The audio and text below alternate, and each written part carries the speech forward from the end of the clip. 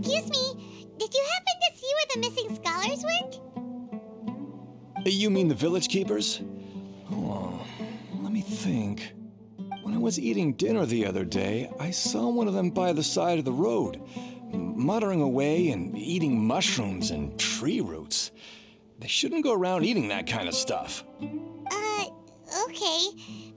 Did you notice anything else? Anything else? No, I think that's all I have to tell you. Sorry. The scholars that have gone missing. Have you seen them? Those eyes. Those fierce eyes. You look like a real fighter. Don't change the subject. Right. You were asking about the mad scholars. I think it's been a few days since I last saw them.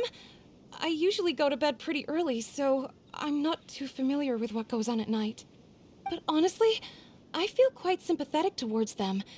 Even though they act a little strange, they've helped me in the past. If it weren't for them, my house would have collapsed long ago. Do you also think Grandpa and the others are good people? Grandpa? Oh, hello there. It's little Isak. You mean that nice man who looks like your grandpa's long-lost twin, right? He was actually the one who protected my house. I saw it with my own eyes. He happened to be staying near my house that day and was doing something with his hands on the ground. It still feels pretty surreal now that I think back on it.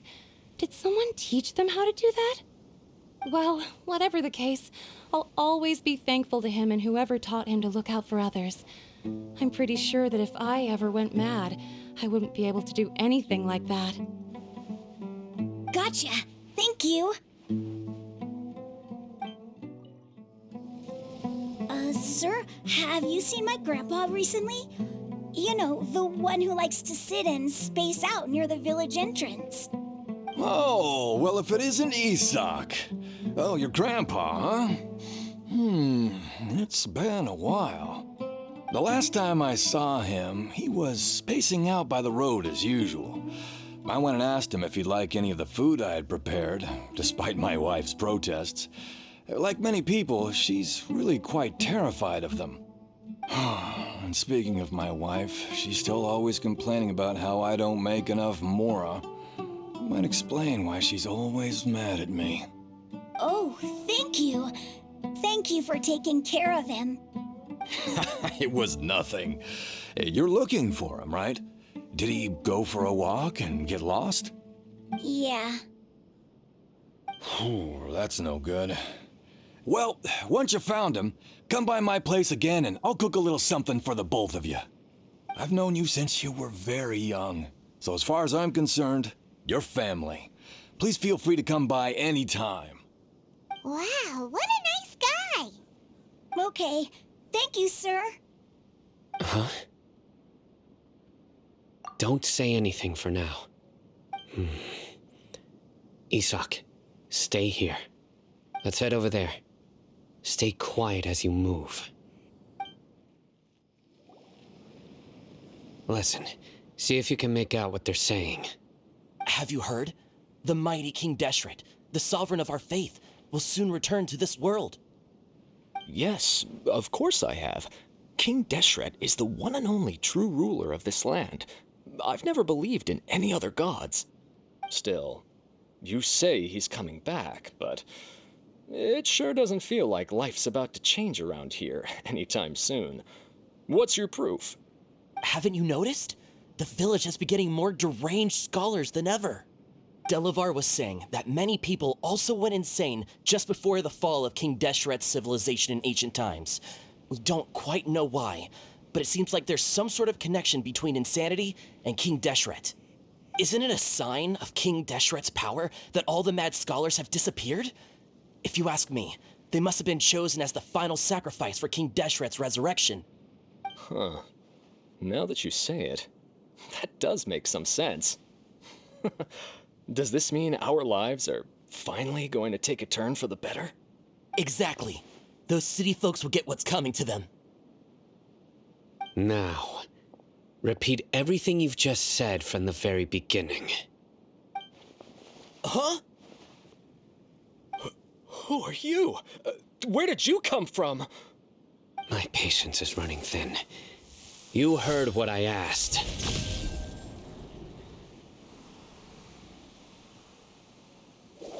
Yeah, bro, this guy's something else. Just look at his eyes. One wrong move, and he's gonna flay us alive. Let's not get on his bad side, okay? I am no match for this guy. Oh, okay, good sir. What is it you would like to know? Tell me about King Deshret's resurrection. Well, I only know a few things from hearsay. I went for a drink the other day and heard others talking about a rumor that the madman will disappear and that King Deshret will return to this land. I'm not making this up, I swear! Hey, go on. Keep talking. It's true. It's all true, sir. We desert folk have had more than enough of those people at the academia. They keep sending us all their mad scholars and won't let us have a good life. Would you want to live like this if you were in our place? The radicals were even more thrilled than me when they heard the news. We're all praying for King Deshret's speedy return. Delavar also said that once King Deshret returns to our side, it's only a matter of time before we conquer the land on the other side of the wall. They're all willing to serve under King Deshret and fight for a share of the glory. Is that so? Seems like he still wants to know more. Keep talking. Got it. At first, I told myself it was just the drink talking, but then all the mad scholars vanished without a trace, just as the rumors said. Please don't beat me up just for mentioning these rumors. If I'm guilty, then everyone else around here is also guilty. I'm just saying what the others said. The people here really like King Deshret, but dislike the Dendro Archon. Where is this radical person you talked about? I haven't run into him over the past few days, so he probably hasn't been around the village. What about you, man? Have you seen him at all? No, not at all. We wouldn't dare lie to you. He's really not here right now. Sounds like you're not too close with the radicals. No, of course not. All we know are their names. I have many ways to stop you from talking, and many others to stop you from sending warning messages. So you'd best just stay home and hope I don't hear of you trying to contact anybody. Don't do anything until I've gotten to the bottom of this. Try something foolish, and even Candace won't be able to protect you. Yes, got it. We'll do just as you say. That scared Paimon half to death. Sino is pretty terrifying.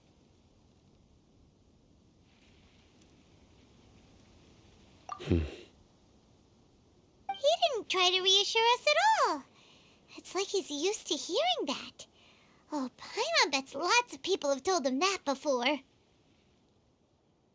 I heard that. Sorry. It's part of being a Matra. The rumor we heard just now seems like a strong lead, but we need to check a few more places. Very well. Isak! I'm here. Where's your grandpa's house? Well, I can take you there. Just follow me. Grandpa, he likes to be alone. Sometimes he stares at the sky in a daze, and other times he just pokes at the ground with his fingers. Every now and then, he yells out at the top of his lungs, so a lot of people are really scared of him. But he's a good person, really. I know he is. I swear, he's just like my real grandpa. Well, this is where Grandpa usually stays. There sure isn't much here.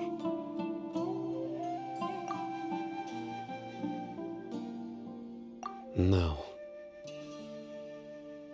Incense?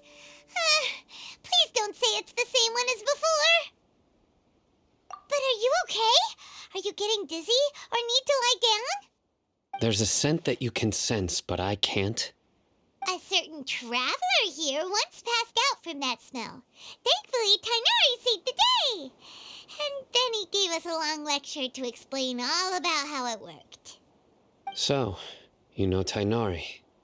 Huh? You know him too? Are you two friends? Yes. Now that I concentrate, I can also make out the scent of incense.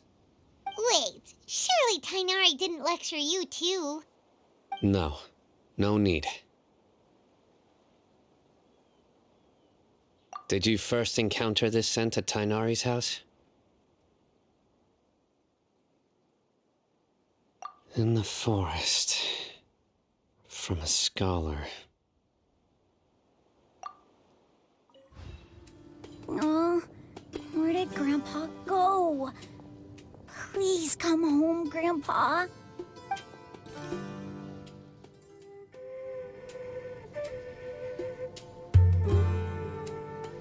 What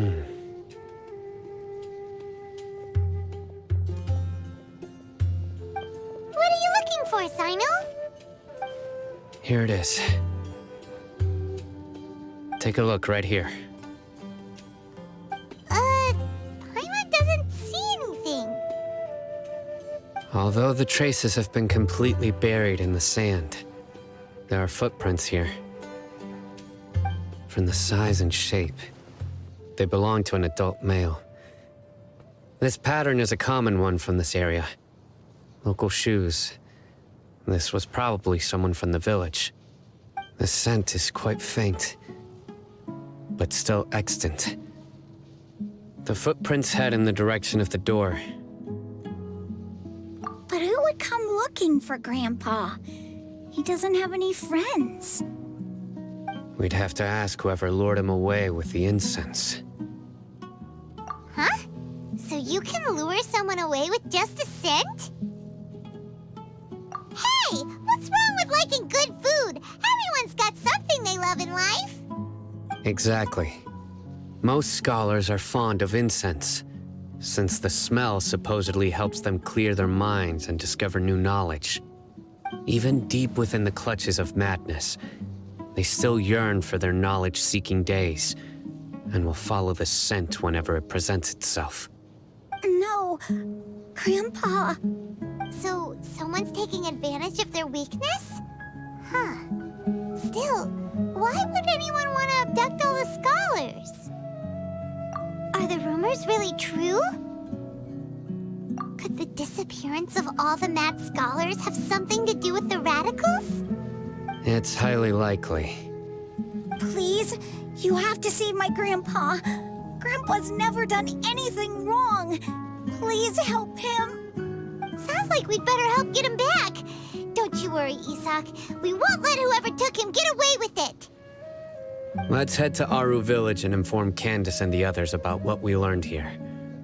After that, we'll set off to find the scholars. Right. The darker fabric definitely looks a lot better. That'd be my choice, too. We're back, Candace. We've got a lot to tell you. Ah, welcome back. Sounds like everyone's friends already. Oh, Dia's here, too. You bet. So, everything goes smoothly? Reasonably. Hatham didn't go with you? We haven't seen him at all. Huh. I saw him around the village entrance earlier and figured he was investigating with you. I guess he must have gone off on his own. Did you find out anything useful?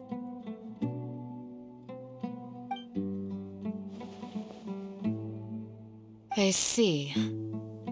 So someone used a kind of incense to lead the exiled scholars away from the village.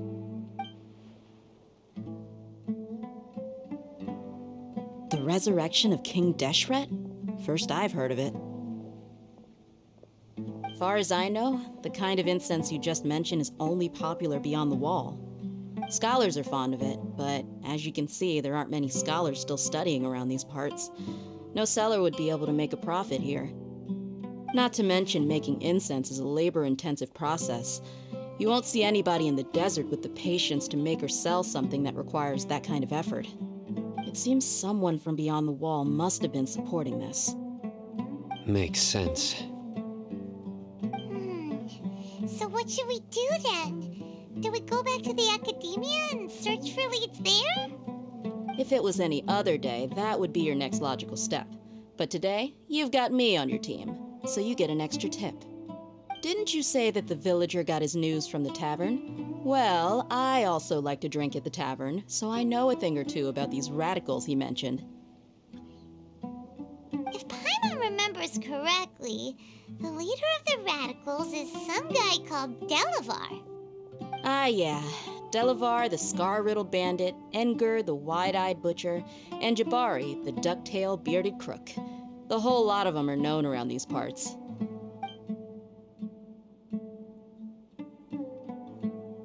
These guys have one thing in common, and that's being broke. The rougher life gets, the more they want to believe in King Deshret. Way they see it, King Deshret's resurrection is their only chance at overthrowing the academia. Throwing all of Sumeru into chaos is the only way to change the way of life here in the desert. Anyway, that's my guess why they've chosen to become radicals. Tia! You're amazing! You really know this place inside and out!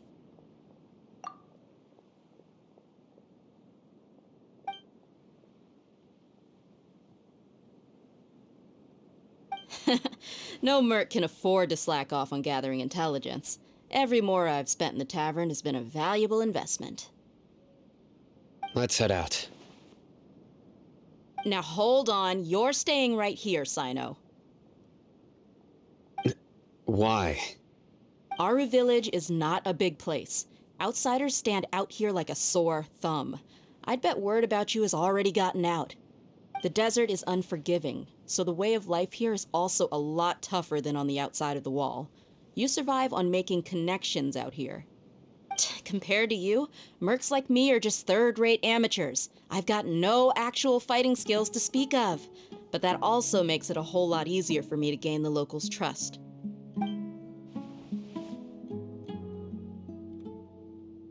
I need to go around and ask some questions, but it'll be difficult if you're with me. Fine. Good, then we've got a plan. The Traveler and Paimon will go to Caravan Rebot with me, and we'll try our best to figure out where the mad scholars have been taken. Sino, you'll have to stay in the village and continue investigating on your own. Alright, sounds like a plan!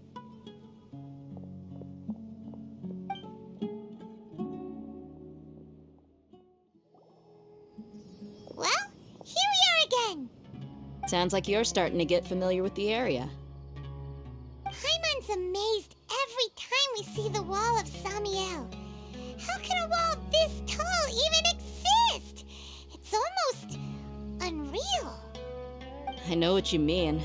I had the same question every time I walked this way when I was a kid. Also, why is this high wall here? And can a wall really block sandstorms?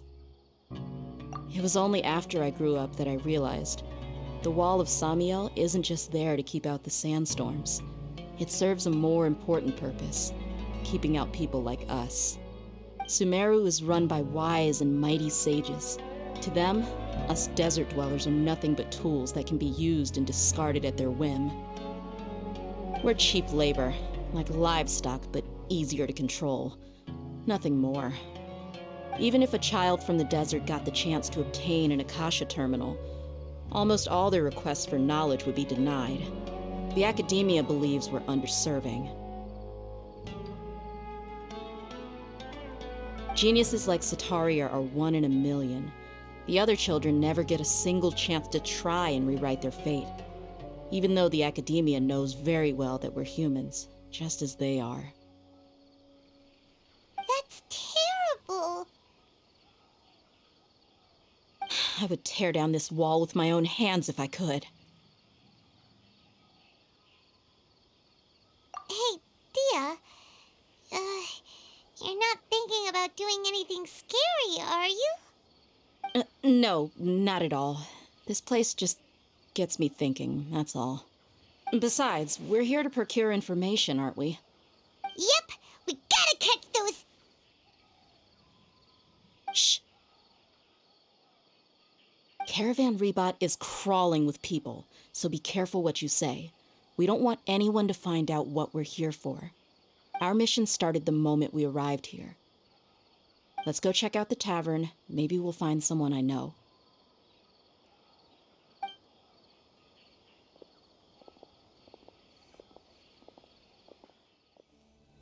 Just our luck. None of them are here today.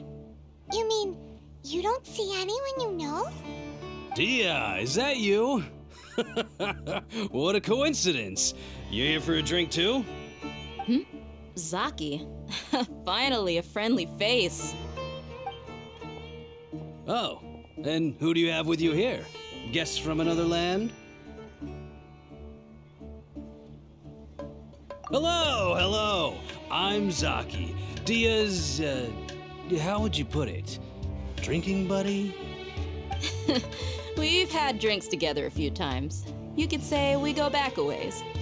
Anyway, as far as my friends here, they aren't too shabby, are they? You rarely see any Outlanders so friendly and respectful nowadays. Absolutely. Much better than those people on the other side of the wall. So, Dia, are you looking for someone? Yeah. Have you seen Engur, Delavar, or Jabari recently? Of course I have. Matter of fact, we were all here drinking together just a few days ago. I've got a spice trading deal from another nation. I thought maybe Delavar and his friends might be interested. Know where I could find him? Ah, how thoughtful of you. Then I assume you also know that Delavar's been having a hard time making ends meet these days, so you came here to help him out? Hey, keep it down. Let's just say I prefer to keep this deal a secret. Y'all at Caravan Rebot are like family. If there's more to be made, why not do it together? Besides, Delavar and his friends have muscle. They'd be a good fit for escorting the goods. Yes, how considerate of you. Delavar's my friend too, so of course I can take you to him. Come with me.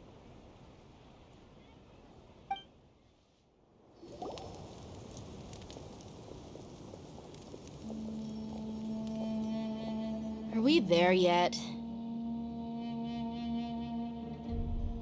Yep, this is the place. This place is practically deserted. What are they doing in a place like this?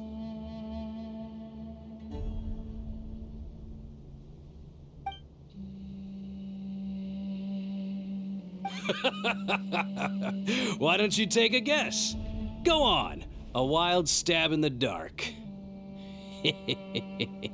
You're like lambs to the slaughter.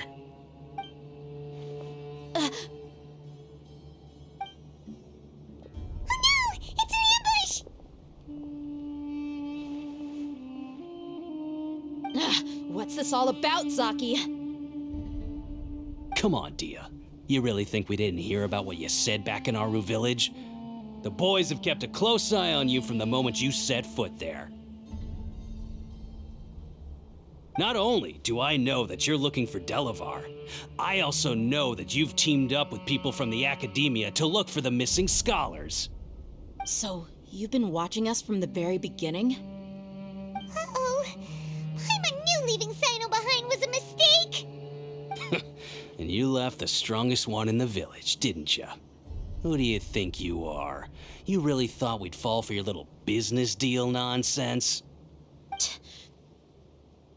So you and Delavar have been partners all along. Dia, I guess it's only natural for a traveling mercenary like you to be out of the loop. Those of us who hang around the tavern have stronger bonds than you think. But you got one thing right. We're all looking forward to an uprising in Sumeru. There's nothing more we'd like to see than the desert folk overthrowing the academia. If that's the case, then I'm sure Delavar wouldn't miss a second of it. I'll be honest with you.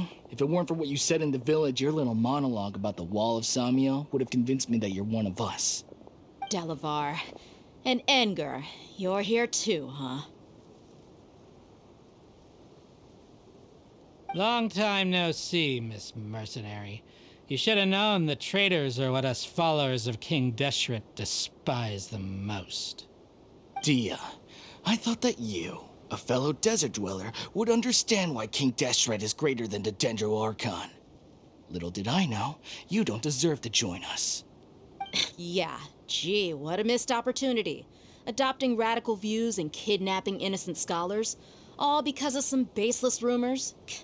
Anything else I'm missing out on? See? There you have it. Mercenaries are just a bunch of faithless scum with only one thing on their minds. Mora. Pathetic. You're all like a pack of street rats. You're not wrong. Mercenaries are driven by Mora, and my faith lies with whoever's paying me. As long as there's a profit to be made, anyone can become my friend. Enough talking! Get him!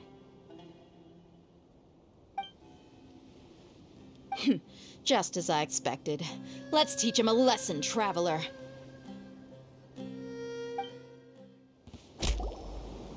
Impossible! How could you? So, what do you think about your meticulous network now, Zaki? How did you say it? It's only natural for a traveling mercenary like me to be out of the loop. I'm guessing your informant told you that I'm just an incompetent merc with no real fighting skills, correct? I mean, that is what I said after all. And of course you would believe everything he reported. The only thing you know about me is that I'm a mercenary, but you've never seen me in action. Even though you heard we went to handle monsters together, you believed that Candace was the only one doing all the real fighting. That so-called Flame Mane is just a fraud. She admitted it herself. She just uses her connections to gain the trust of others. That's what you thought, right? Ugh. You lied in the village because you figured that we'd have people watching you. And you were stupid enough to fall for it. I figured as much the first time we drank together. You all thought you were so smart. Pathetic. Okay, that should be all of them. Whoa! So you've been planning this since we were in Aru Village? No task can be done without preparation. I just happened to notice a couple suspicious-looking people while you were out investigating. Oh, but instead of catching them right away, you let them report back. Those two who were snooping around were just a couple small fries. If we want to get the real catch, we have to be patient and give it some time. Oh, you mean the funny name she mentioned back in Uncle Ampu's house? The wide-eyed butcher, scar-riddled bandit, Paimon can't remember them all. That's just a bunch of drunk talk. Edgar and Delavar like to talk themselves up when they're drinking. Edgar, the wide-eyed butcher, and Delavar, the scar-riddled bandit, are the nicknames they came up with for themselves. Alcohol has a way of making people share what they really think, so Edgar and Delavar are always rambling in the tavern about how King Deshret is a superior deity. What about Zaki? He's just a numbskull who fell right into our trap. Zaki was probably the best hidden of them all. My initial plan was to find Delavar first, and then try to track him down. That's what you wanted to ask when we were at Uncle Anpu's house, right? Jabari is one of the villagers you talked to. You know, the one who wanted to treat Isak and his grandpa to some food. Wait, so he's a radical too? No, he isn't. I just needed to tack on a random villager name to make the eavesdropper think that I was making some wild guesses based on my impressions. Wow, what a genius idea! Well, that's an expert mercenary for you. Ah, you're too kind. It was straight from the usual playbook, if I'm honest. So, that thing you were saying before, is it really true? About what? About how mercenaries only care about Mora, and that anyone's a friend as long as there's a profit. Does that bother you? What makes you so sure? Dia, do you dislike the Dendro Archon like the other desert folk? You two are pretty sharp. No, I don't have anything against the Dendro Archon. I've heard a lot of nice things about the Lesser Lord from Dunyarzad. I can understand her devotion and gratitude. Dunyarzad's just an ordinary person, There's no way a god would be so involved in the lives of everyday people unless they were truly compassionate. I've begun to realize that the sages are behind everything that's happened recently. The radicals' blind belief in King Deshret, making the Dendro Archon out to be an enemy. It's all the academia's trickery. But I see through it all. And unlike them, I can never be hostile towards anyone who's never done anything wrong. Dia. Anyway, looks like we're done with business here. Traveler, lend me a hand. Let's tie him up and bring him to the village.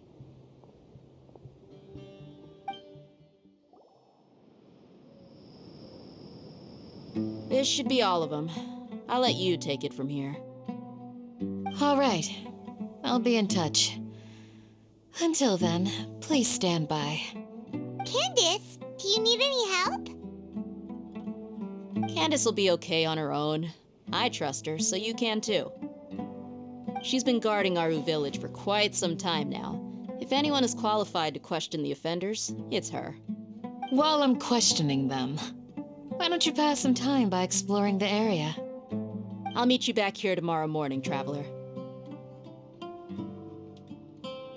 As for these idiots, let's just hope they live to see another day. Hey, Dia! Right on time. We'll know any moment now. Paimon's been wondering.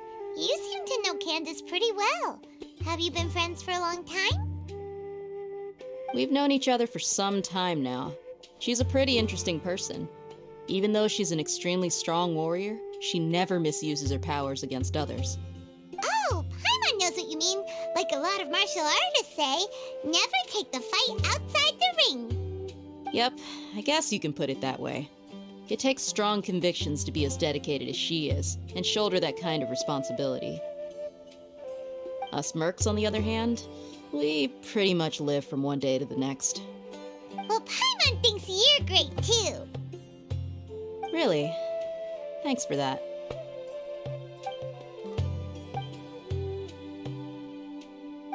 Oh, Sino's here, and he's pretty early too. Yes, I was here yesterday to help out a little. To help out? By doing what? Sharing some interrogation techniques. Oh, you mean you taught Candace some more persuasive methods? Right. Come on in, everyone. Come on, let's go inside.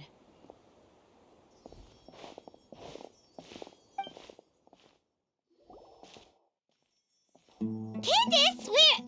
Whoa, you look furious. Do I? Huh. What gave it away? Oh, there's no mask that can hide true bloodlust. Cover up your eyes, and it'll still show itself at the corners of your mouth. Perhaps I need to work on my composure. Still, it's perfectly understandable why I'm angry. I'm sure everyone present would agree. Yes, ma'am. Please, don't beat us anymore. We're gonna die. Well, looks like Sino taught her well. You fear death yourselves, yet you do not hesitate to place the lives of others at risk. The absurdity is mind-boggling. The ones you call mad scholars are known to us as the Village Keepers. They are vital members of our community, and some even count them as family. You come here to my village, and you treat my people as nothing more than stepping stones towards your goal. Tell me, what would you do to you in my position? Mercy! Please have mercy! You've made your bed. We may both be desert dwellers, but there's one thing that I understand better than you. The resurrection of King Deshret will only result in war. And war serves no one. The people of Aru Village care little about which god is in power. Life may be tough and tiring, but we wish to preserve our way of life. A war would only cause us to lose all that we have. And that is not a responsibility that you can afford to shoulder. We understand. We're sorry. I'll tell you everything I know. Please, just let us go. I'm listening. You might not believe this, but it wasn't us who came up with this idea. Someone was spreading rumors in the tavern. That's how we ended up hearing about King Deshret's resurrection. Some mystery man told us that mad scholars will make the perfect sacrifice to usher in King Deshret's resurrection. They give their lives, and we can get anything we wish for. They're called village keepers. Slip up again, and you'll regret it. Yes, sorry. It was all that mystery man's doing. He told us to spread the word about King Deshret's resurrection and talked us into helping him. In return, he said he'll help facilitate the resurrection process. I'm not sure. That's one. Huh? One what? Strike. You get a total of 3. Then, you die by my hand. Wait, I'm telling the truth. We don't know anything. It was all him. 2. He got us to lure them out of their houses in the night with some kind of incense. We take them to a junction outside the village. Then the mystery guy takes them from there. You gotta believe me, please. I'm telling the truth, I swear. Just ask them if you don't believe me. That was indeed the truth. Traveler, go on.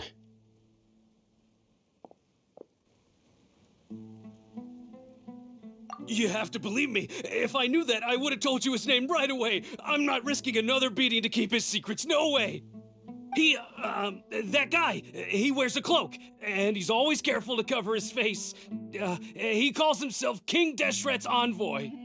I believe I may know what's going on. Uncle Anpu? What do you mean?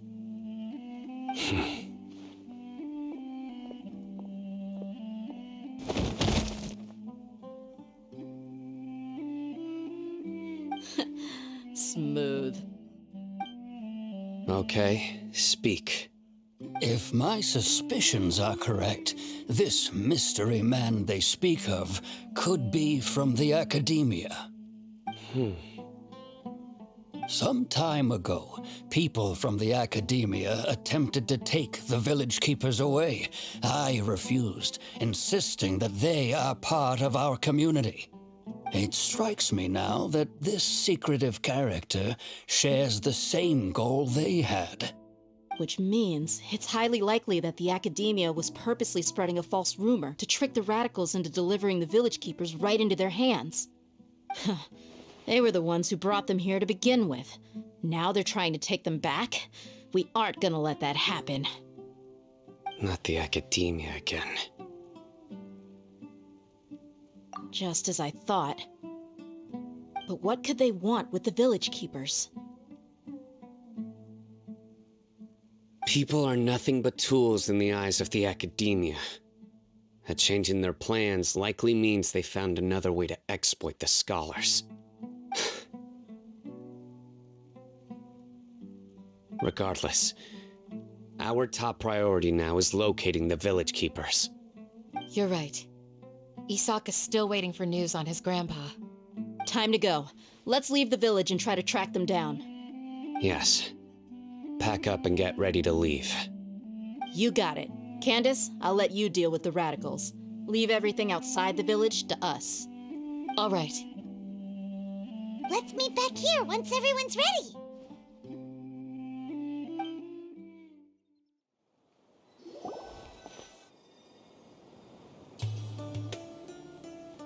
Let's get some food in us and then we'll... Whoa! Where did you come from? Well, as you can see, I am merely sitting here and reviewing what we have deduced thus far. You were gone for ages, and now you're suddenly sitting here musing to yourself? Where have you been anyway?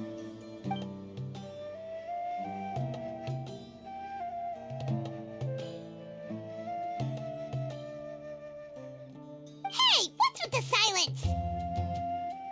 You never think things through before asking questions. I'm giving you some time to make up for that.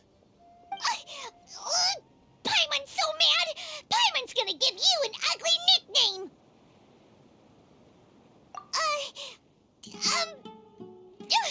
Never mind! Paimon's got nothing. There's just nothing super obvious to pick with this guy. It makes it so hard.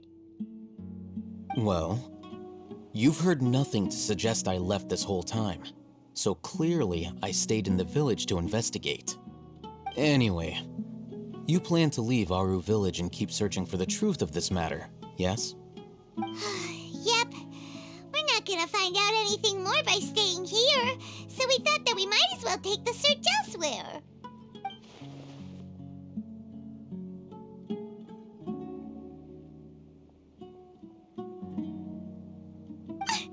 Enough with the silent treatment!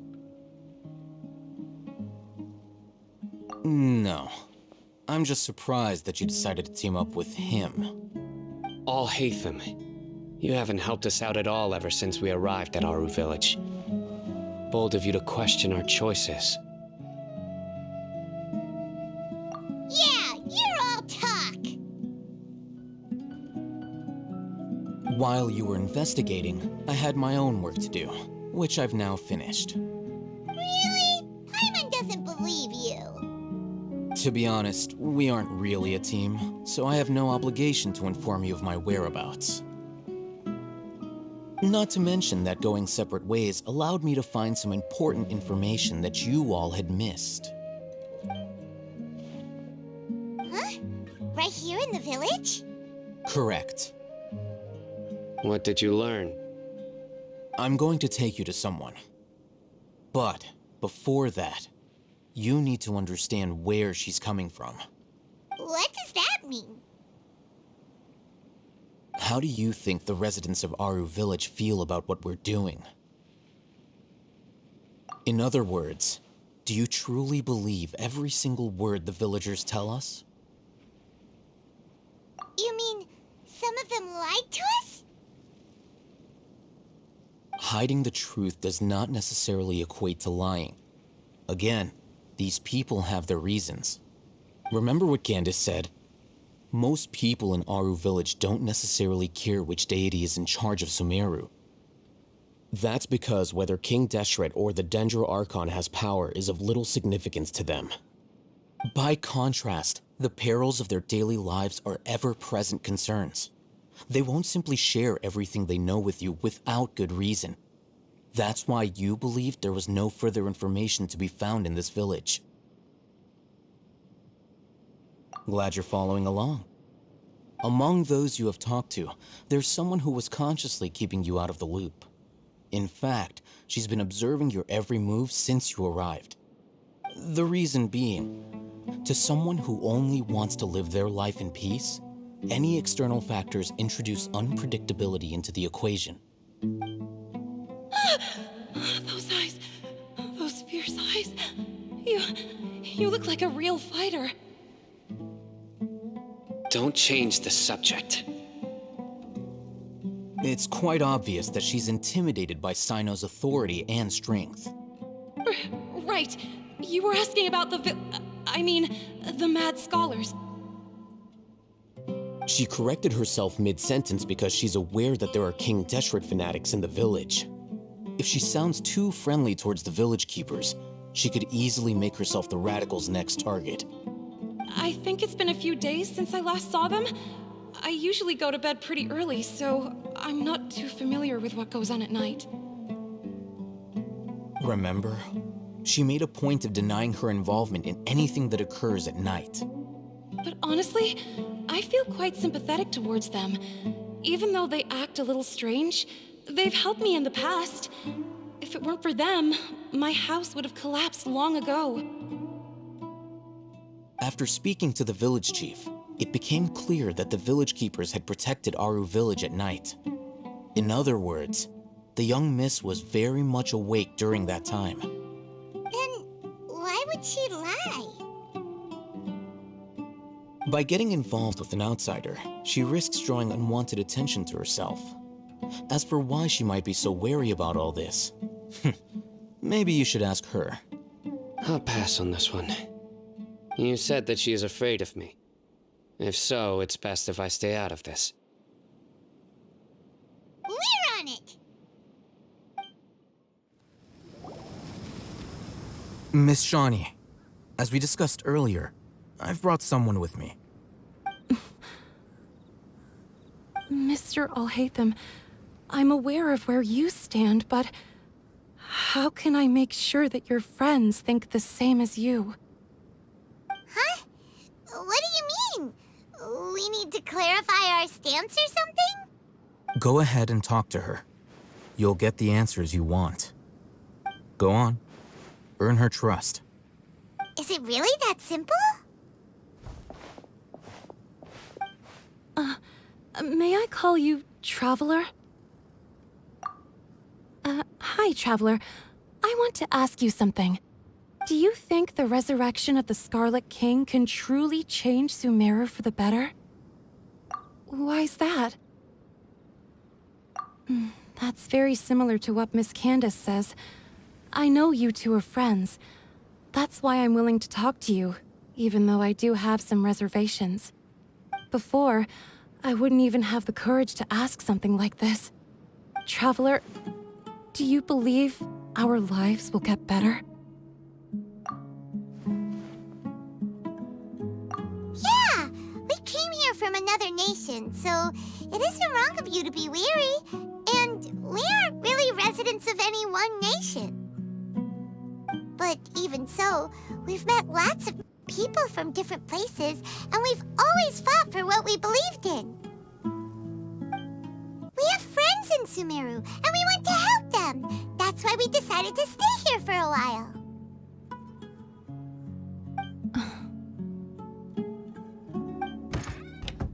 I want to trust you. My apologies for posing my questions like that. To be honest, I didn't expect you to come back for more information. Alhaitham told us you have your reasons. It's okay. We understand. The fact is that only one side of my family is desert folk. I don't really fit in anywhere in Sumeru. Some believe in the Dendro Archon, while others believe in the Scarlet King. I don't belong to either side, and neither side would want me. Speaking of which, the Radicals mentioned that they despise traitors. Do they just think that anyone who's different from them is a traitor? Yeah. Some people can be so narrow-minded when it comes to bloodline and beliefs. It makes no difference what I say or how I behave.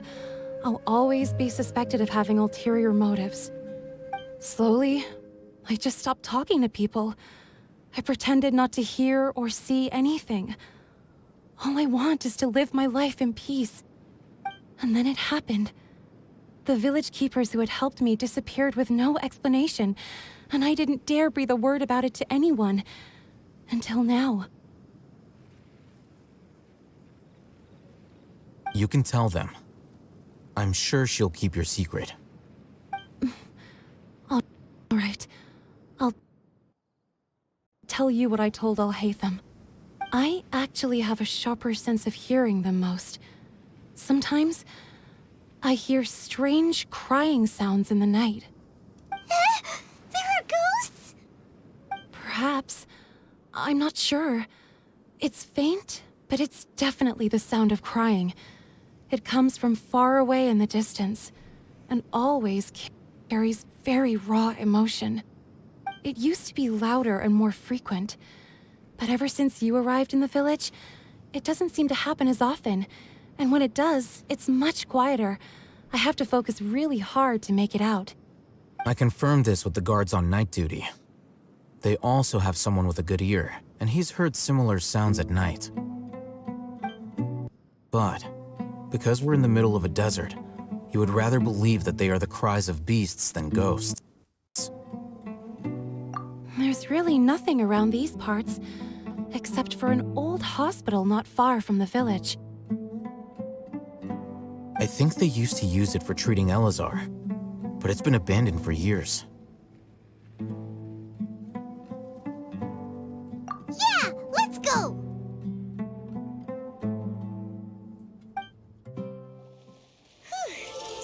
easier to deal with than Paimon had expected.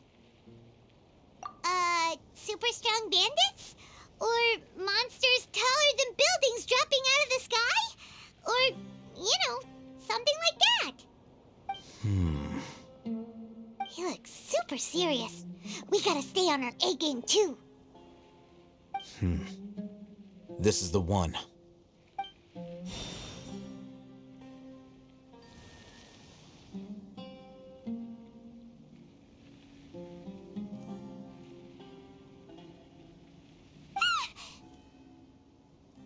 Let's go in and take a look.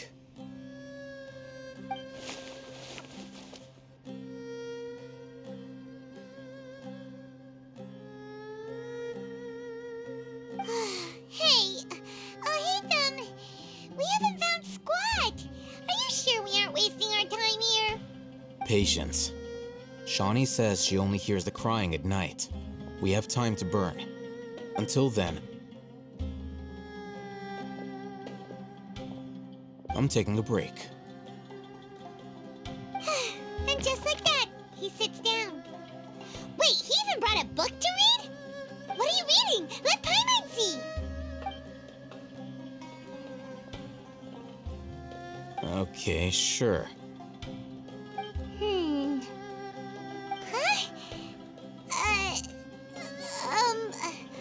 The natural position, which is the positional propensity of an entity in natural motion in contrast with an object in forced motion? Huh?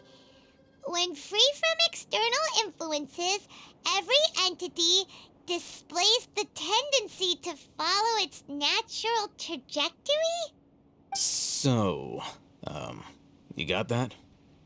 Oh, Paimon gives up. You keep reading your book. See ya! How is he so relaxed? Look at him, reading an impossible book in a creepy place like this.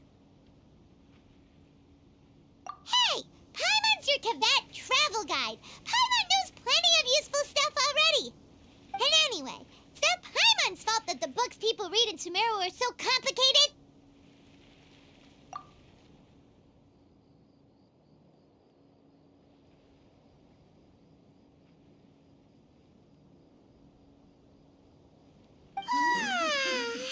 Paimon's getting so sleepy.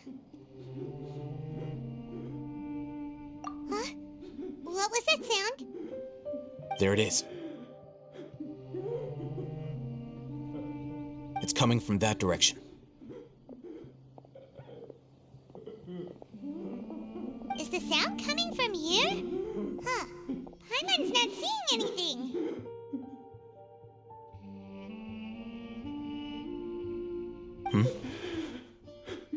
It's from below. But there's no way we can get down there. Something is off about the interior here.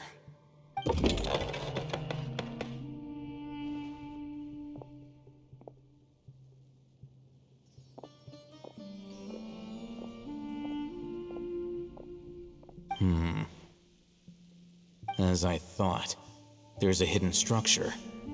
Wow. It's like they tucked another hospital into this one.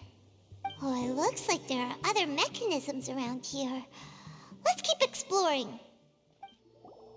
Huh? Look, there's someone over there. Good idea. Let's approach him slowly without alarming him.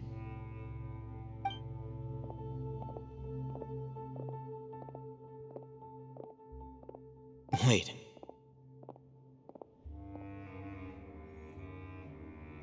You're...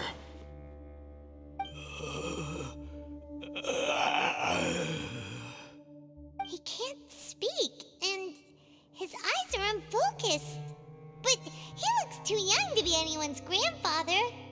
Also, why is he the only one here? Didn't expect to see him here. You know him? He's Razak, a senior of mine at the Academia. He's a scholar too? Is he the kind that holes up in a forest and mumbles stuff about training? No, and that's the problem. Razak was never involved in any of those things. He never trained in the forest, let alone reach Satyavada life. Leaving that question aside for the moment, him being here alone means that we might be too late. Looks like they've already taken everyone away. For whatever reason, they left Razak here. Perhaps they simply didn't have time to come back for him. There are drag marks on the ground. They're clearer by the doorway. Someone was forcefully drawing a cart that was loaded with something heavy. Loaded with people? That is one possibility. It looks like they were in a hurry, as if they were afraid of being caught. In their haste, they failed to notice Razak hiding in a corner. The symptoms are identical. Looks like we found living proof. Huh? Why do you say that? Allow me to jog your memory. Recall your time at Port Ormos. Don't you think his symptoms look familiar?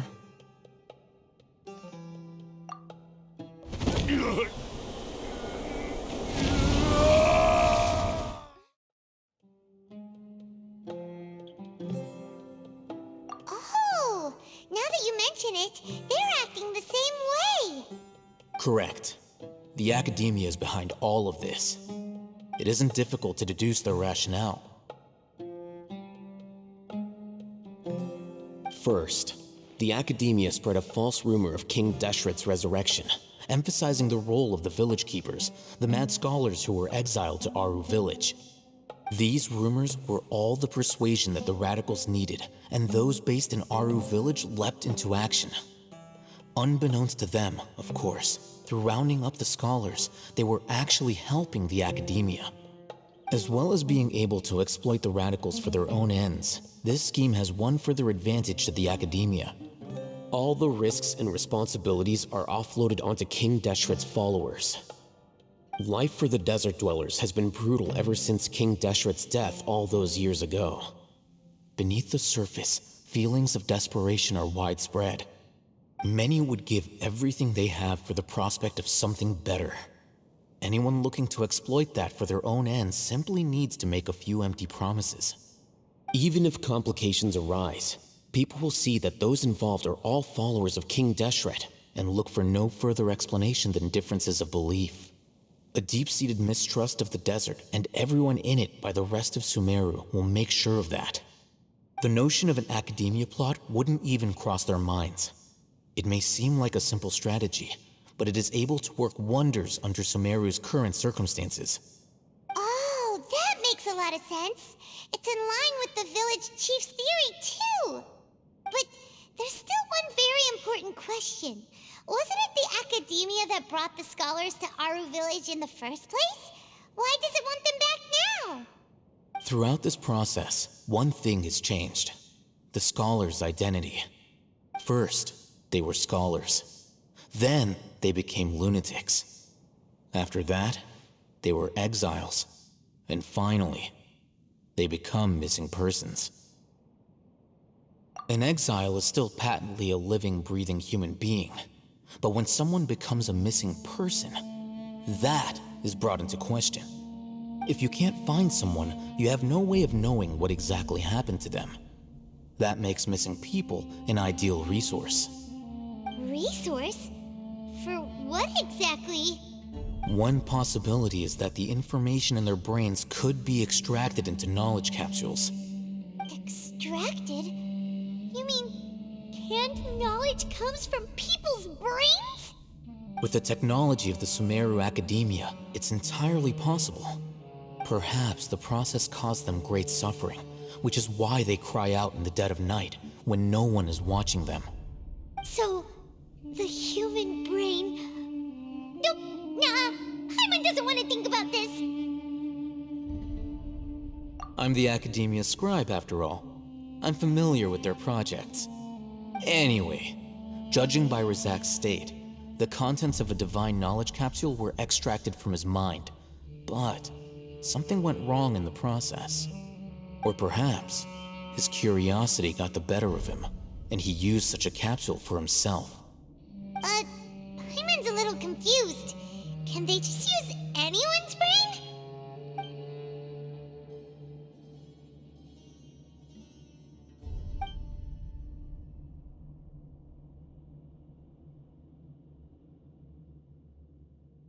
The look on your face tells me you've realized the answer. That's right. To some scholars, gaining knowledge about the gods is their entire life's pursuit. Extracting canned knowledge is just one of the extreme measures they turn to. However, I can't help but wonder, what do they seek to gain from divine knowledge? The academia is going out of their way to look for forbidden knowledge, but what is their ultimate goal? I've spent quite some time trying to analyze the contents of the divine knowledge capsule, but to no avail. It seems like my way of thinking is too different from theirs. You mean you're not even slightly interested in getting your hands on this forbidden stuff? All scholars seek to expand the horizons of knowledge, but I'm not particularly interested in gods, so I don't share their degree of zealotry. Extracting information from people as if they were lifeless objects? If this is the direction of academic progress, then the academia may as well shut its doors.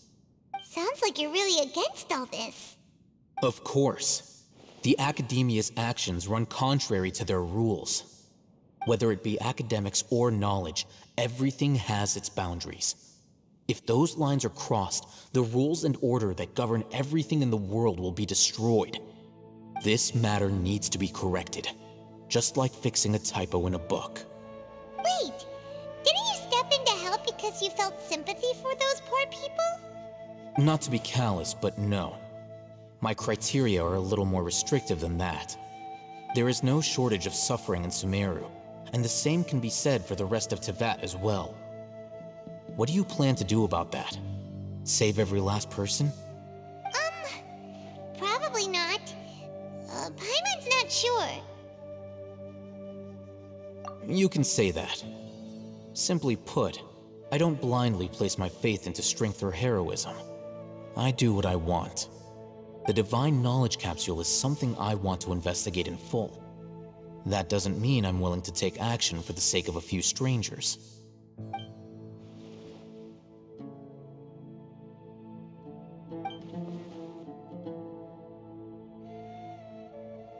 Paimon's been wanting to say this for a while.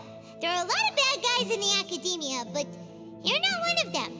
You're their weirdo. You're probably right. Though I must say, I quite enjoy this feeling of being the odd one out. Uniqueness is also an asset, is it not? Wow, that's a great way to think about it. Paimon's really impressed. If only Miss Shani had a similar mindset, her life would definitely be a lot easier. I'm just a more likable person than her in general. There's nothing more to it than that.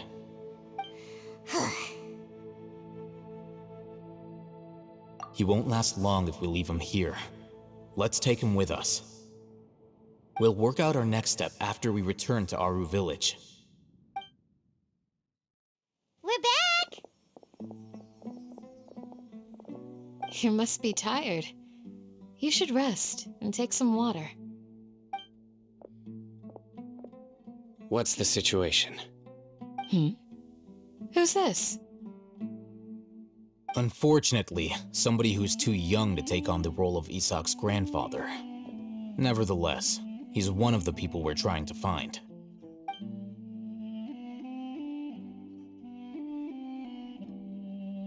So, at one point in time, the abandoned Elazar Hospital served as the academia's site for extracting divine canned knowledge. Yep, pretty much. Their plan must have been implemented at some point before we arrived at Aru Village, since divine canned knowledge has been in circulation for a while now.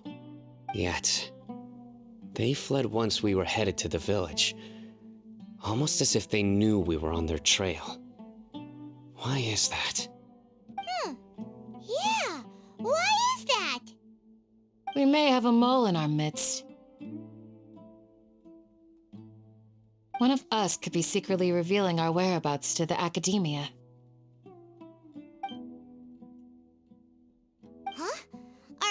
friendship's that shallow?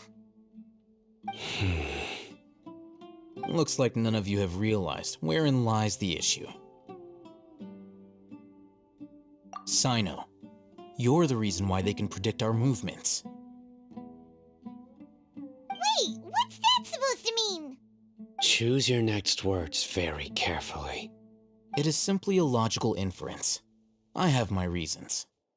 So what you're saying is, Sino's the mole. Interesting. And here I thought you were the most suspicious one, Alhaitham, since you were always acting alone.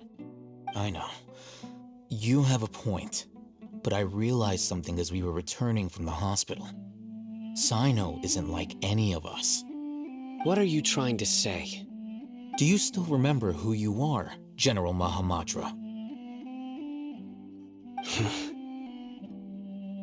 As a Matra, you are no doubt privy to certain kinds of information. Before you can take action against someone, you are required to have all the facts available, including the less than savory details. Simply put, the academia has traditionally allowed you access to a wealth of sensitive information. Knowing their modus operandi, wouldn't you expect them to take precautions against you?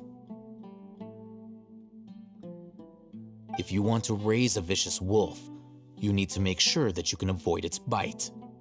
The academia is monitoring me? It's not that simple.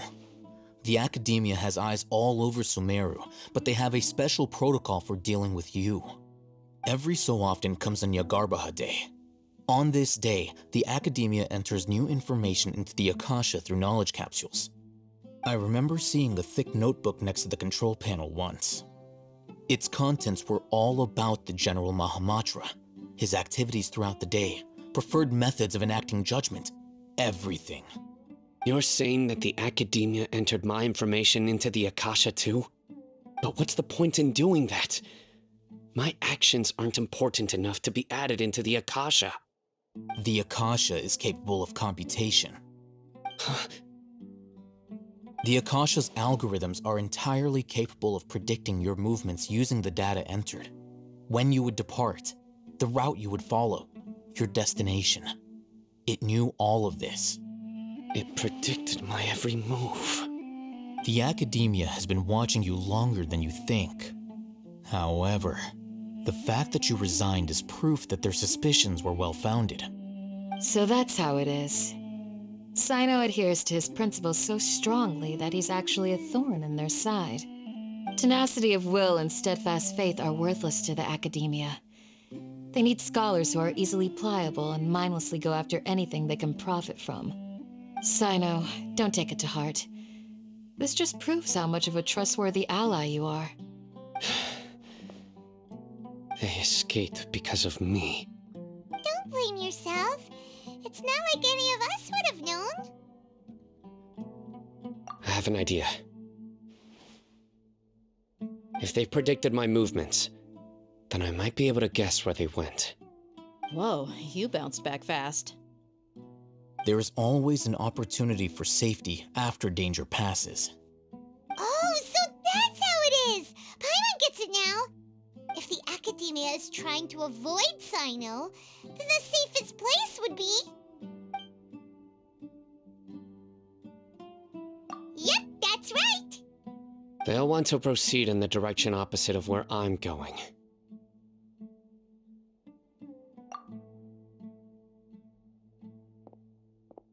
I must go. There's also something I want to investigate. Let's go, guys! After him! Please, wait! I want to go too! You want to go too? If so, you have to promise you'll stay safe. I want to find Grandpa. I promise I'll be careful and not cause any trouble. Everyone, I leave him in your hands.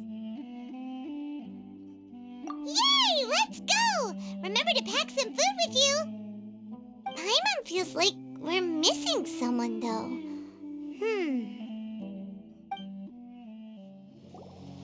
So, where do we go from here? Yes. After leaving the village, we should head straight toward the desert.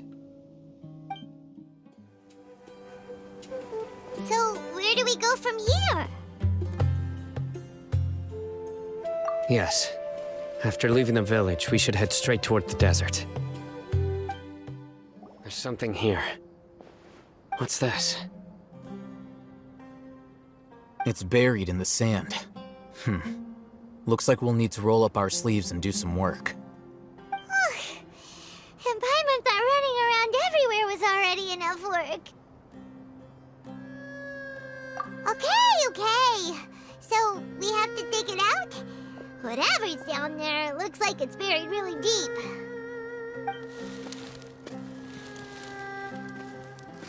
These are likely fragments of an Academia-developed device, something akin to a headset. Looks like there were more than one village keeper. They must have been escorted this way because there are device fragments scattered around here. Let's split up and search the area. Chances are that we'll find other things nearby.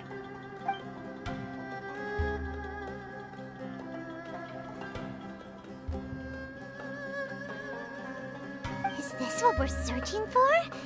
It looks kinda scary. This is definitely a device used to extract divine knowledge. How did it end up buried in the sand? That can't have been part of the plan. They must have been attacked along the way. Wait, what? Grandpa, I hope you're okay. Don't worry, your grandpa's gonna be fine. Razak didn't display any signs of starvation or dehydration, which means that they left fairly recently. We should be able to catch up. One more thing. Given that the device had been entirely covered by sand, I believe the attack must have happened prior to the sandstorm. Let's keep going. They can't have gone far. Don't get any closer. They'll notice us.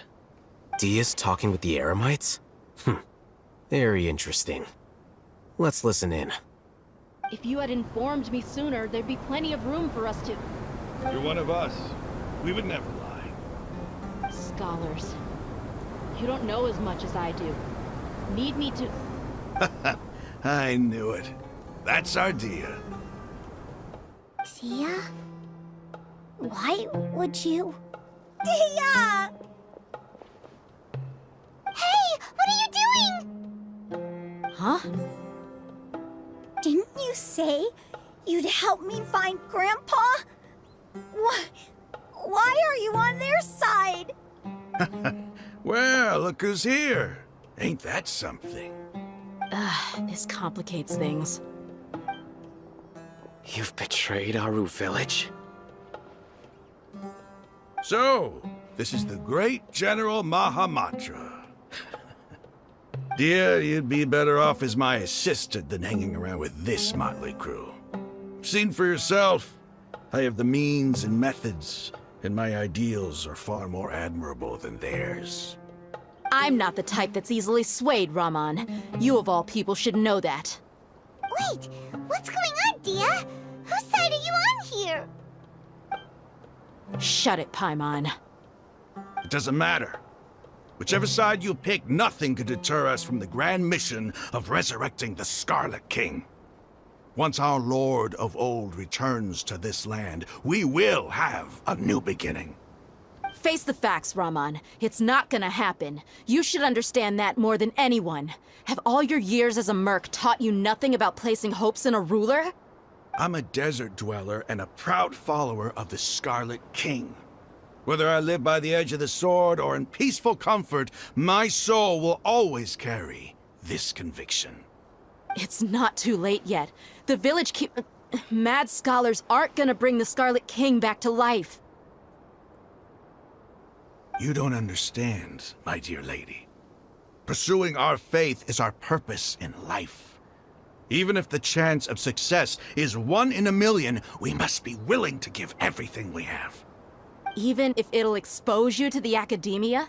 Even if they end up disbanding the Eremites? Your Eremites, which you've worked so hard for all these years? Yes. We've waited a long time for this day to come. The sun and the moon no longer shine here. All you see now is cracks in this desiccated land. But fate has finally dealt me a hand to play against the Academia. With these scholars in our custody, we'll stomp the Academia's forces and fight our way beyond the wall of Samiel. Ridiculous. Think about it. The Academia controls the entirety of Sumeru. Your powers are negligible in comparison. If you still don't believe me, then try asking these two men. They're also against the Academia, but neither of them are as arrogant as you are. They look more like pawns of the Academia to me. Why would I listen to anything the people of Greater Lord Rukkhadevada have to say?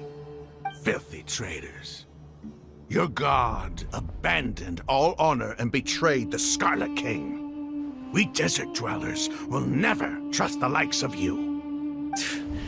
It's impossible to communicate with someone so hostile. Perhaps we should. Do you really believe that by kidnapping the scholars, you'll be able to negotiate with the Academia? These people have no value as bargaining chips, but I could be persuaded to take their place as your next hostage. These scholars were exiled from the Academia. I, on the other hand, am their current scribe, and will be a much greater asset to you. Wait, you can't be serious. So, you want to trade places with the hostages, do you? Precisely. Any wise person would gladly accept my offer. What are you thinking? What if they decide to kill you instead? Well, that would be bad luck for me. However, I'd get the chance to observe the scholars, perhaps even find out the truth. Think you can talk me over with that confident look of yours? I'm not trying to persuade you. I'm using this as a means of joining forces against the Academia. You are the scribe. What do you have against the Academia? Not all desert dwellers believe in the Scarlet King, and the same applies to the Academia. Why must all knowledge seekers approve of the Academia's way of doing things? You Academia scum. Every last one of you is nothing but a hypocrite, just like everyone else on the other side of that wall. I've made myself clear enough. I won't listen to another word from the Dendro Archon's people. Not so fast. I'll hate them. Do you stand by everything you just said? I never make empty promises. You know you're making a dangerous decision, right? I do. Good. Raman, hear me out. These people are my friends. Maybe you can't take the followers of the Dendro Archon at their word, but what about me?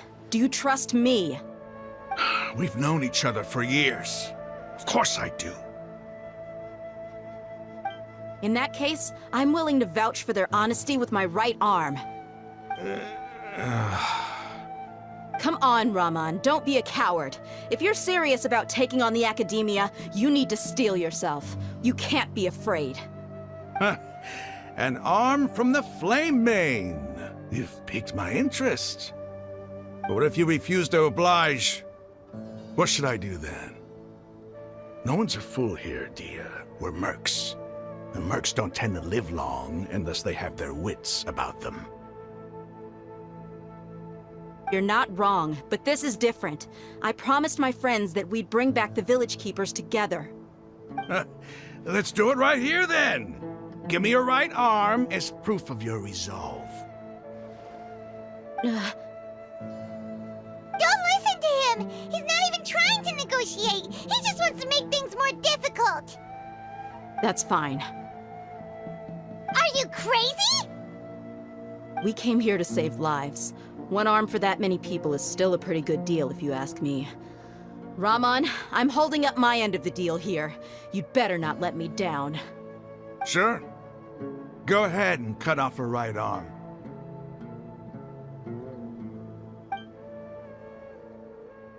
No!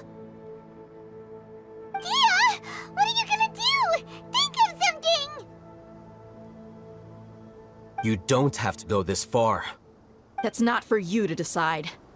Do it! Dia! Run!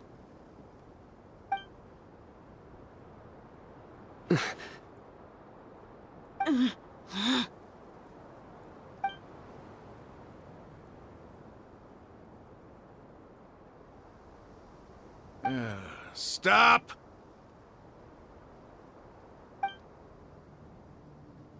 What's wrong? Can't do it? Flame Mane, you and I are both desert folk. Cutting off your arm is no different than cutting off my own fingers.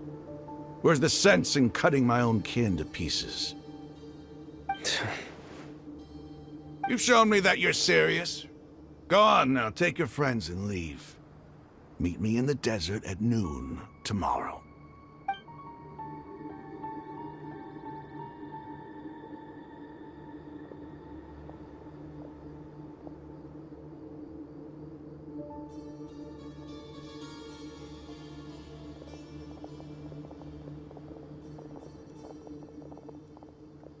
Phew. I was really counting on him not going through with it. Dia! That was crazy! Have you all lost your minds? What if he'd actually cut your arm off? Then I just have to hold my claymore with my left arm.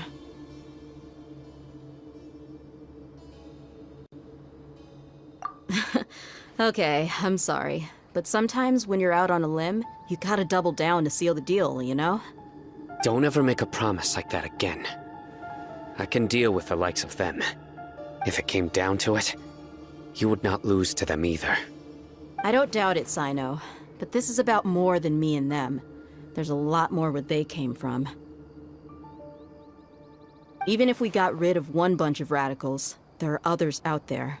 Wiping them out would do more harm than good. As you wish. I'm sorry, Dia. I should have stayed put and listened. I should have trusted you. It's okay. I promised you I'd help find your grandpa, so I'll do whatever it takes. Whatever it takes? You just might be scholar material. Huh? Are you serious? The Eremites once said that I was a lunatic.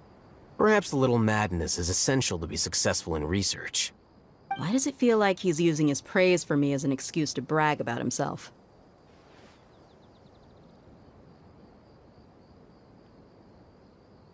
Okay, let's get moving. We should head back to the village and rest up. Today was just a trial run.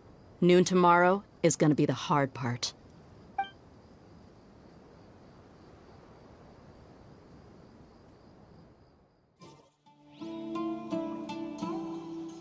You're all here so early. Looks like we have everyone here. Isak, are you sure you want to come with us? I'll watch from a safe distance. Dia, I want to be there to bring Grandpa home. Okay, let's go then. Dia, wait. What's the matter? I heard that you were quite reckless yesterday. No more of that today, understood? Or I'll be very upset with you. Fine.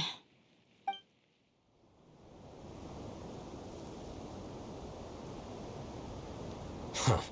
They got here before us. Uh-oh. Is it because Paimon overslept by 5 minutes and held everyone up? Is everything ready? Absolutely. Although, you brought fewer people than I imagined. Bring him over.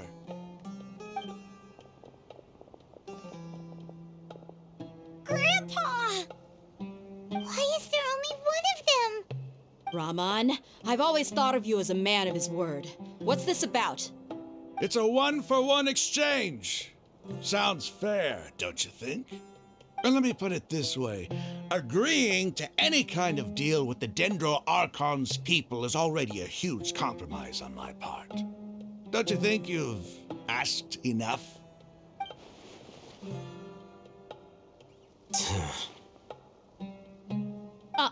You stay right there!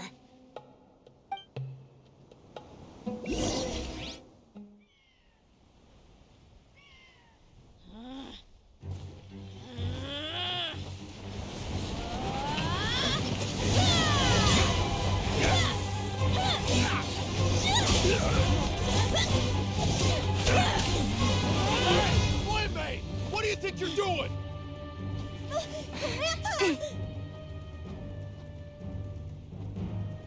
Don't you see this blade here? You coward! Why are your hands shaking? Wait a second! It's a earthquake!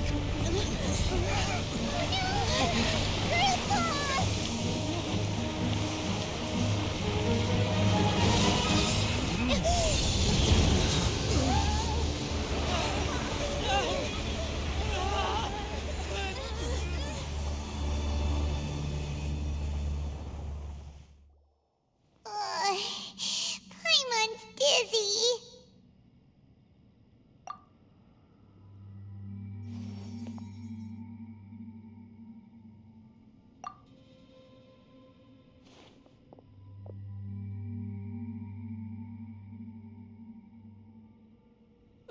This day's going just great.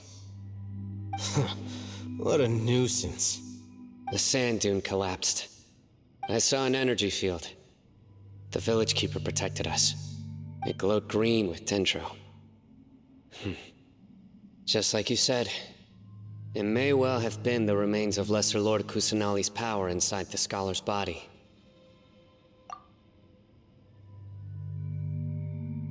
The dendro Archon. The present one. Grandpa? Grandpa? Oh no, he's getting confused again. Hey, look around you. Did there used to be a temple here?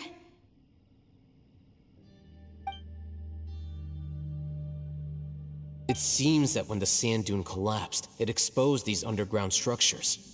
The symbols on the gate belong to King Deshret's civilization. This structure must be ancient. Over time, the sandstorms completely buried it and left it in the state we see now. It could have been an underground palace in the distant past.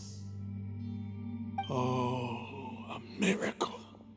Praise King Deshret! What's he doing here? And his men too?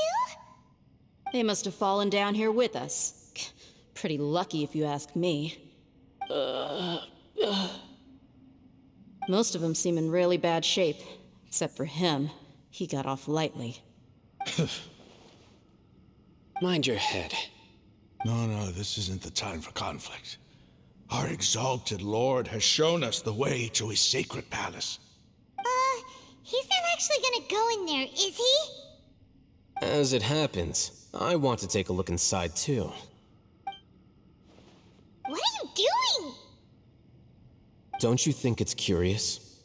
1 minute, Lesser Lord Kusanali's power protects us from harm, and the next, remnants of King Deshret's civilization appear. 2 major deities are vying to showcase their power to us. It would be a shame not to witness them both. Paimon thought you weren't interested in gods. Indeed. In my view, gods are just a higher form of living being, or creature, you could say. New discoveries are always worth investigating. Whether they have anything to do with gods is neither here nor there. Raman, what are you gonna do about your men? I'll just let them lay here. King Deshret will take care of his people. Right now, I'm going inside.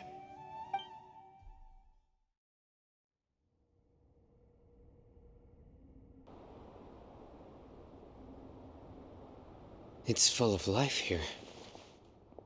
This defies comprehension. It looked completely desolate from the outside. Yet, it flows with energy inside. Yeah, and there's so many plants. It's so pretty. Sir Raman. Huh? Me? Do you see another Raman here? Are you mocking me? What do you mean, sir? Interpret it however you want, but there's something I'd like to draw your attention to. While this structure is clearly left over from King Deshret's civilization, the energy that flows in here is that of the Dendro Archon. Whatever you say. It's not like I have a vision. There's nothing to be angry about. Think of this as an academic journey. It does seem kind of strange. If that's true, then we might have to explore this whole area to find an explanation. Now that's a sight to see. King Deshret's splendor surrounds us. There's so much vegetation here. It's different than what I expected. Sure are a lot of plants for a desert. That's what I call divine providence of King Deshret. It's getting brighter. Oh, it looks so beautiful. Wait. What's that?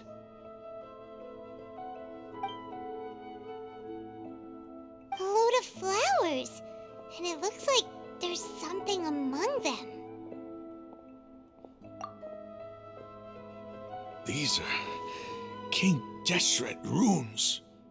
They left something behind. Yes. It's an elegy written in an ancient script. What does it say? Here lies our faithful priest Kasala. His wisdom is a miracle among the people, deserving of high praise and admiration. You can read ancient King Deshret script? Of course. Every student needs to master at least 20 languages before they graduate. He's not serious, right? There's still something off about this place. The elemental energy here is too concentrated. The scent of life. Is it trying to tell us something? Is this it? Analyzing.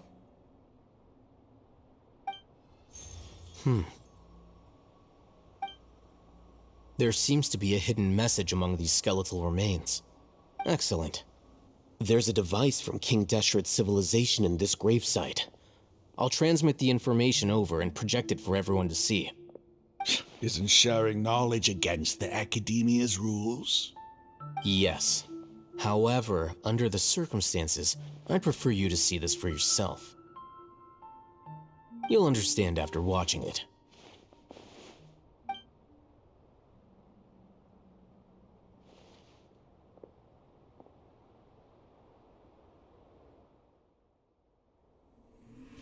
Civilization is born of knowledge, but so too can knowledge be its demise. A disaster caught us unaware. It was knowledge that did not belong to this world. King Deshret brought this forbidden knowledge into our world, and it quickly spread like a plague. People's minds were filled with crazed whispers. Dark gray scales spread across their bodies. Even the land was stripped of its vigor. Only a desperate, deathly silence remained. Were it not for greater Lord Rukkhadevata from the forests, the damage would have been irreversible. She summoned the priests to build temples and infused into them the divine power of life. The disaster was miraculously tempered, and the embers of our civilization were preserved in Aru village. Alas, the miracle could not last. As long as forbidden knowledge continued to exist, it would forever blight this world. In the end, the proud king of the desert, my eternal lord, chose to sacrifice himself. I have spent my whole life since guarding one of these many temples. But now, my duty is coming to an end. As I close my eyes for the final time, the sight of that noble deity will appear in my vision once more. In helping King Deshret to eradicate forbidden knowledge, she exhausted her strength, and her form became that of a small child. How strange. Now that I think of her, I no longer have any fear of death, for I sense that the spirit of life will abide with me during my eternal sleep. Children of the desert, cling no longer to past grievances. but hold tight to the memory of this act of benevolence. What was that? The priest's memories. No, impossible.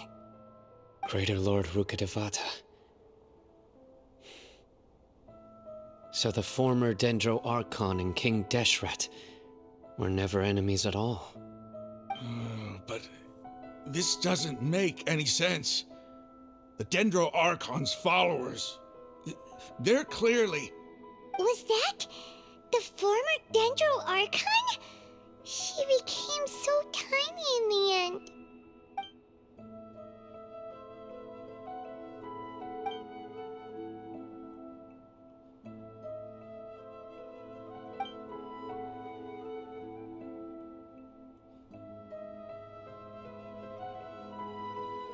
You might be distrustful of the Akasha, but there's no reason for you to doubt King Deshret's technology. You've just witnessed his priest's last words. I've never heard about any of this before. The surviving followers of King Deshret all gathered in Aru village. Our god did not make mistakes. We refused to believe any of the rumors. King Deshret's death, the all but total annihilation of our civilization, it was all Greater Lord Rukkhadevata's doing. We saw her as nothing more than a traitor, who stabbed us in the back in our moment of crisis. Just like us humans, fighting, feuding, double-crossing each other to survive in the desert. You were blinded by your prejudice.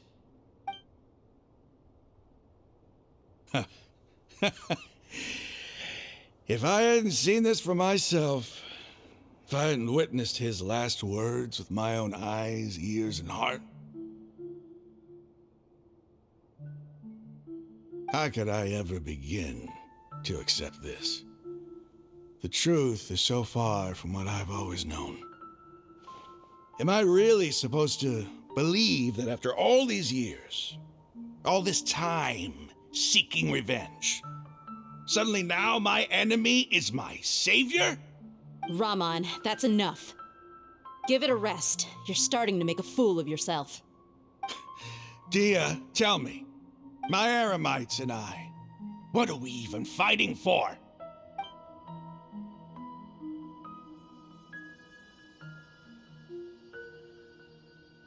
Hey, how you doing? I'll live. Thanks. I should probably go. Can't just stay here forever. What's your next move gonna be? Oh, I know what you're going to ask. I feel deeply ashamed of everything I've done. You'll get everything you're asking for. But please, give me some time. After everything that's happened here today, somehow I need to explain it to the others. It's not gonna be easy. Well, I guess that's for me to deal with. Dia, this is where our camp's located. Make a note of it. When would be a good time for us to go? Tomorrow. I'll convince everyone that we're all on the same side. And I'll return every last one of your your village keepers. We'll share our other resources with you too.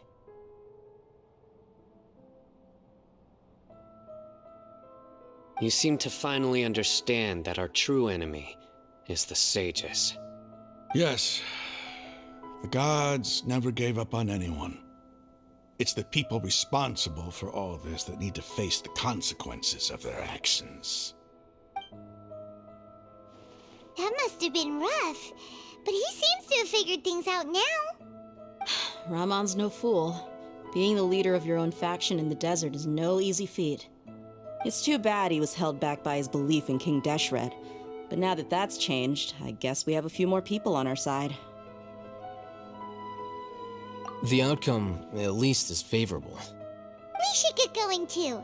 Let's head back, have a proper meal, and a nice energy tomorrow.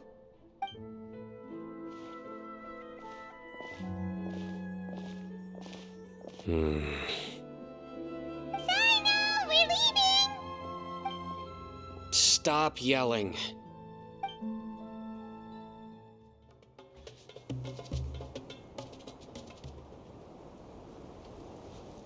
Raman, we're here. Everything's been arranged. Someone will bring the village keepers back to Aru village shortly. I guess all I can say now is thanks for agreeing to help. Don't mention it. I think we can both agree you went to hell and back for it. But we share a common cause now. From here on out, we're allies. Where are the perpetrators? I'll bring you to them. Follow me.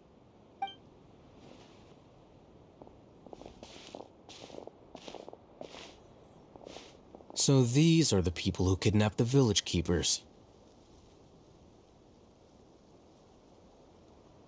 Oh no, it's the scribe! There's no need to yell. No one can help you now. We've been all over the desert trying to find you! That's right.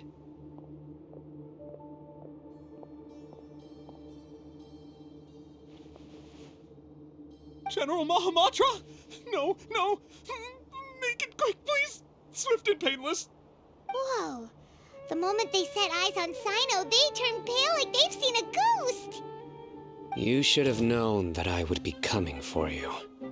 Wait, we were just following orders! You know what I'm talking about, right? There's no way we could have done all this by ourselves! No, not Sino! He's gonna tear us limb from limb! I could do worse. Please have mercy! Start talking. Otherwise, I'll have to resort to other methods. So, your superiors have kept you quite busy recently. Why? What are they trying to accomplish? They wanted to extract canned knowledge. Don't play dumb. You know what I'm really asking. They extract divine canned knowledge. Then what? I really don't know how to explain it. Well, you better start talking or you'll be sorry! You don't want to make things any more difficult for yourself, do ya? Be my guest.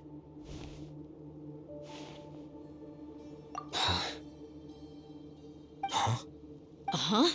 That sure didn't sound like a fancy metaphor or anything. You're serious, aren't you? How did you know? There's no use hiding it now. Yes, you're right. The Academia is working on an important and potentially world-changing project. They are creating a new god. A god that will belong to them and to the people of Sumeru. It may seem as if Sumeru's academics are thriving, but ever since the death of Greater Lord Rukkhadevata, scholarly breakthroughs have been few and far between.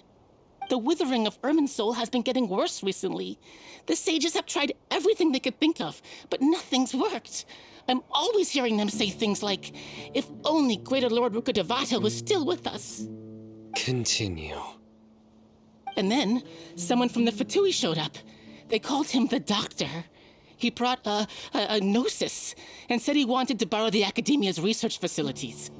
The Doctor was previously expelled from the Academia. At first, the sages looked down at him in disdain. But when he said those words, everyone's expression changed. He asked them, "Do you wish to create a god?" This is what the arrogant ignorance at the extreme end of academia looks like. First, the Academia spent a long time constructing a divine vessel, which was based on an exquisite humanoid puppet. After that, they harvested dreams via the Sebzerus Festival Samsara, maximizing the Akasha's output. With the Doctor's help, and the Akasha now functioning at maximum efficiency, they were able to use it to extract the power from the Gnosis and convert it into a divine core. Next, they decided that their new god needed to possess divine wisdom. For that to happen, they needed a huge quantity of divine canned knowledge. It adds up. But how do you determine whether the knowledge extracted is of divine origin? call it an educated guess. The Academia has been trying to figure out the exact source of the scholar's madness for centuries, but to no avail. Nobody can explain the cause of this phenomenon. Surely you can see what that implies, Scribe Al-Haytham. If it's knowledge no mortal can comprehend, then it must be something only gods are able to decipher. In other words, it's the source of the God of Wisdom's omniscience and omnipotence.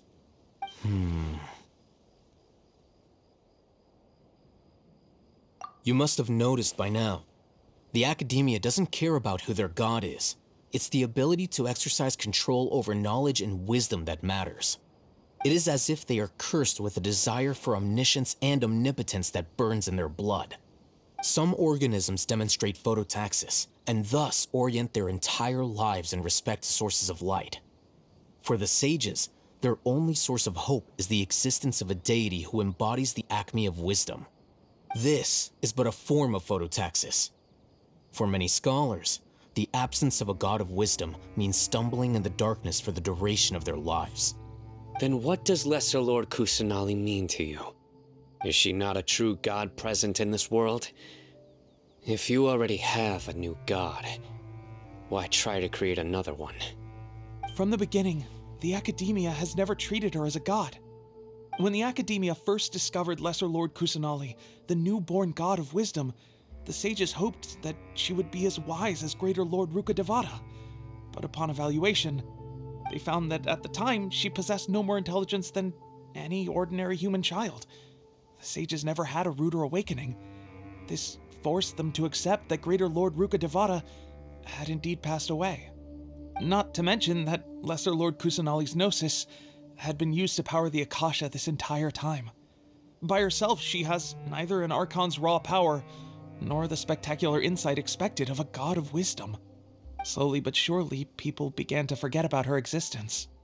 So, this is the path the sages have chosen.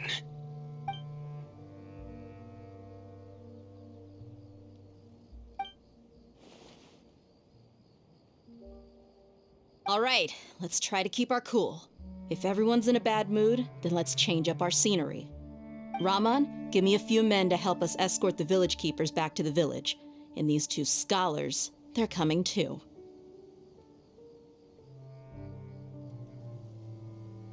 Sure, as you wish. The village keepers you've found have all been returned to their homes, and each one has a dedicated caregiver to look after them. The two new scholars are being kept under close supervision, too. Really great work, everyone. The atmosphere is so heavy.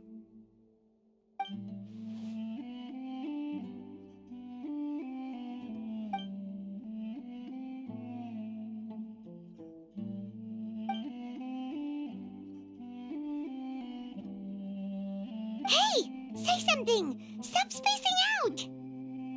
Come on, is there nothing left to talk about? In that case, let's all get some water and try to think about something else. Or I can go fetch some snacks. Oh, Paimon's so coming with you! Do you have any plans, traveler? Gods above, you're not talking about work, are you? So you were still withholding some information?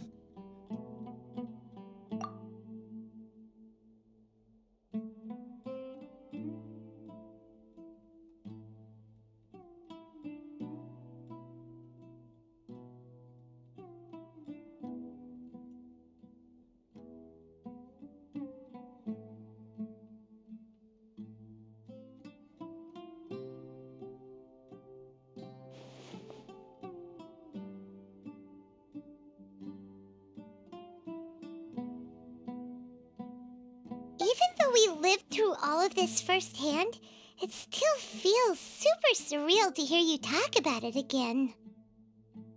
What a whirlwind of a story. I felt like I was holding my breath the whole time. It seems like there'll be more issues to face in the days ahead than I'd anticipated.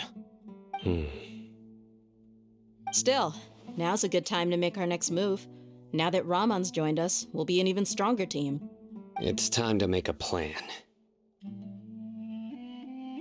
Indeed.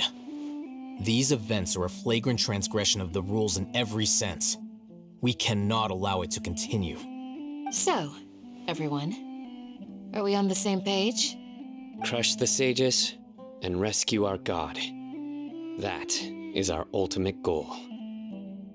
Well, let's brainstorm a little more about what other resources we can draw on.